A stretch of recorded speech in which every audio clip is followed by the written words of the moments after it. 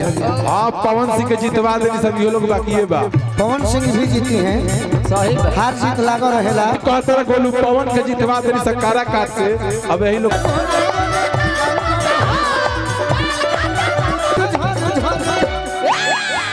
तैयारी में रहो। बड़ी तहर व्यवस्था सुंदर रहे।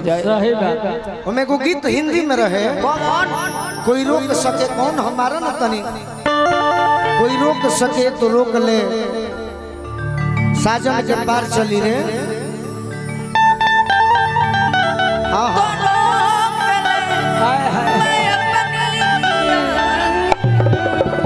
रह दी, हम जान गए नहीं कैसे गावे का। अब एगो लड़का उदासल बा, और करे के 10 गो लड़का मजाक बनौले बड़े से कि आखिर उदासल काहे खाती बा। दुइये कारण से लड़का उदास सकत रे से, या तो नौकरी ना लगी, खूब दौड़ले बड़ो, फिजिकल कइले बड़ो, मेडिकल मार ली हलो, ज्वाइनिंग ना भइल, मुंह लटक जाई। सही आ दूसर का लड़की कोनो नंबर दे के फोने मत उठावे तो मुंह में चोखा सो जाला। सही 10 गो लड़का, एगो लड़का के बारे में बताओ तेरे सका का। अरे कि न भूखी बा न प्यास बा, अरे बस रोवेले झर झर झर झर कि देख ले काहे रुसल बड़े कि देख ले गोरे गोरे गालू बड़े हो उजल बाबा कि देख ले गोरे गोरे गालू बड़े हो, अरे माल खाती बबुआ में हालू बड़े हो।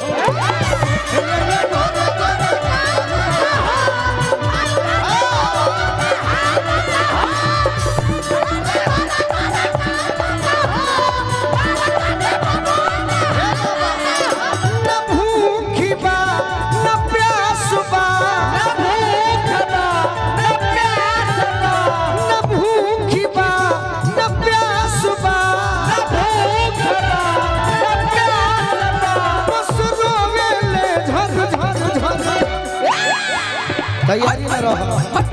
अरे देख ले गोरे गोरे गालू बड़े हो, माल खाती बबुआ में हालू बड़े हो।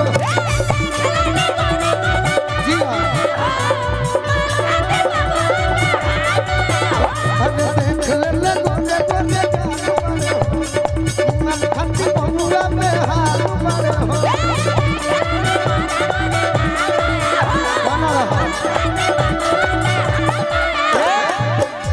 अब लय मरब हिंदी तो जमी ऐसा मारो कि सब भाई हाला मचा दे।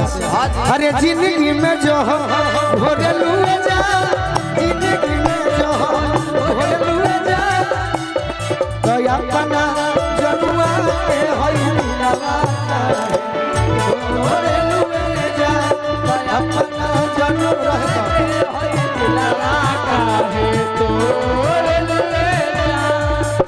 अरे दोसरा से नाता जोड़े लुए जा, दोसरा से नाता जोड़े लुए जा कि अपना पगला के होई दिलवाना है जोड़े लुए जा, अपना पगला के होई दिलवाना है। देख ले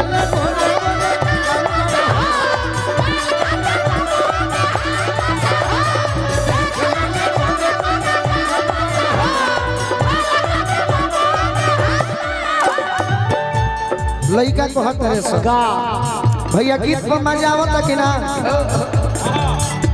नया गीत हो, यूट्यूब वाला भाई लोग भी जानता कि गोलू राजा लोग सोच के लड़का हो, जौना मंच पर जाई 5 गो गीत जरूर अलग सुनाई, बाकी तो सब सुनते बानी। लड़का कैसे पगलाइल बा, इतना बारे कबूतरी के फेरा में पड़ल,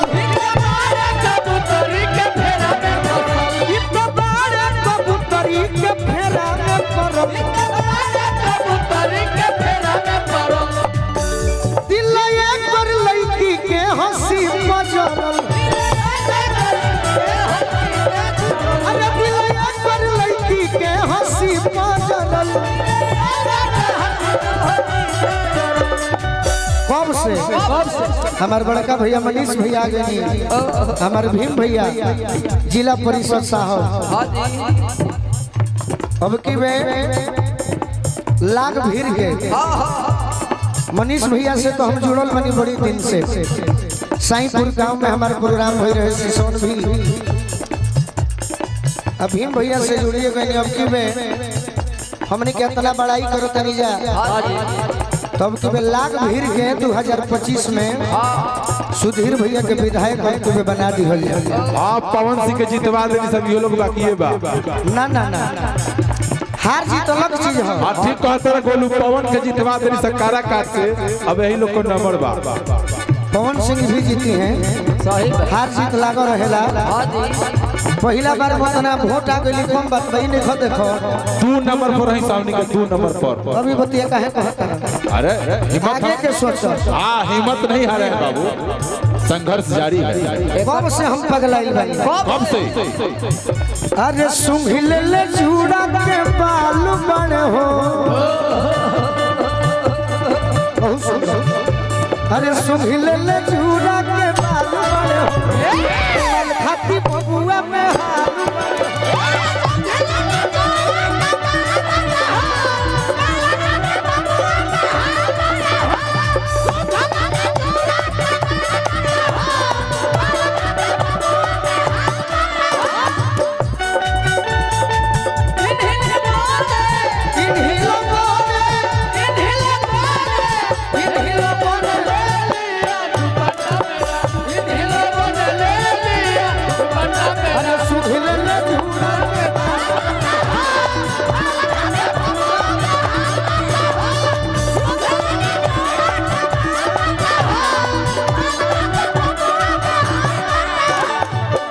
भाई नौजवान भाई तनी हाथ उठाओ एक बार पक्के के जवाब साफ और सिलेंडर ठीक बा, बहुत सुंदर। देखिए एगो बात सटीक कहतनी कि लड़की के जात अगर बम भी गवा दीते हैं पनो तो हमनी के बच जाई।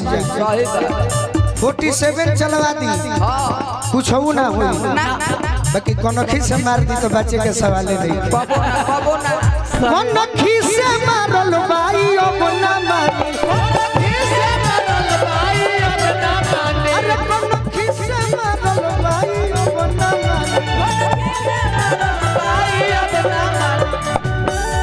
कनखी से मारल अब ना मानी। हम अपनों के कहते हैं आई डब ना मिली तो पानी में फानी, अरे आई डब ना मिली तो पानी में फानी। हर घर खुशी नगर हनु तोहरे फेरा में,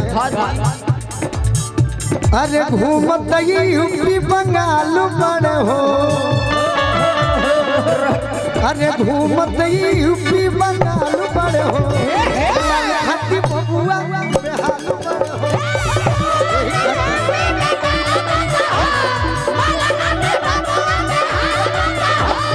घूमत यूपी बंगाल बड़ हो, खाती बबुआ बेहाल बड़ हो।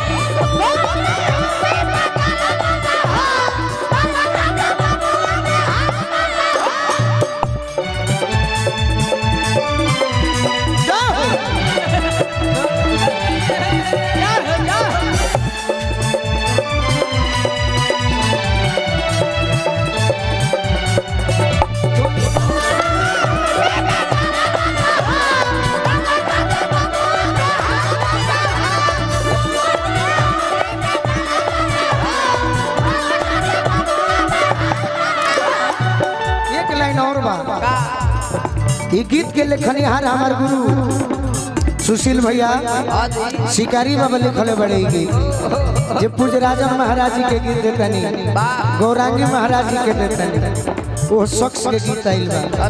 कम बात बा पवन बाबा के गीत मिल जाई, बाकी उनका लायक व्यवस्था न करे के पड़ी। सही बात, सूखा फल ई सब मत कहल बबुआ। बाबा के चॉइस 18 से 22 बाबा शिकारी कर करी दवाई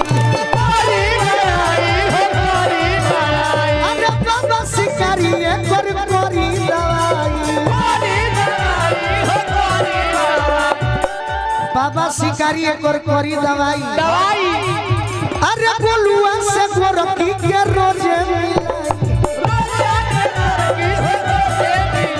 अरे गोलुआ से गोरखी के रोजे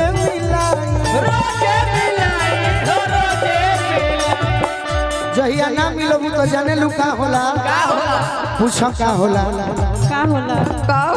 अरे भानत ई खोड़े देवान बड़ हो ए पवन बाबा अरे भानत ई खोड़े देवान बड़ हो हाथी बबुआ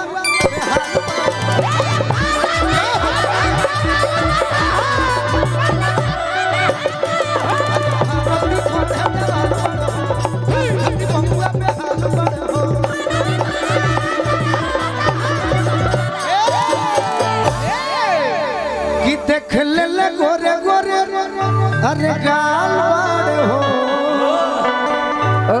यही माल खाती बबुआ बेहाल बाड़ हो अब एगो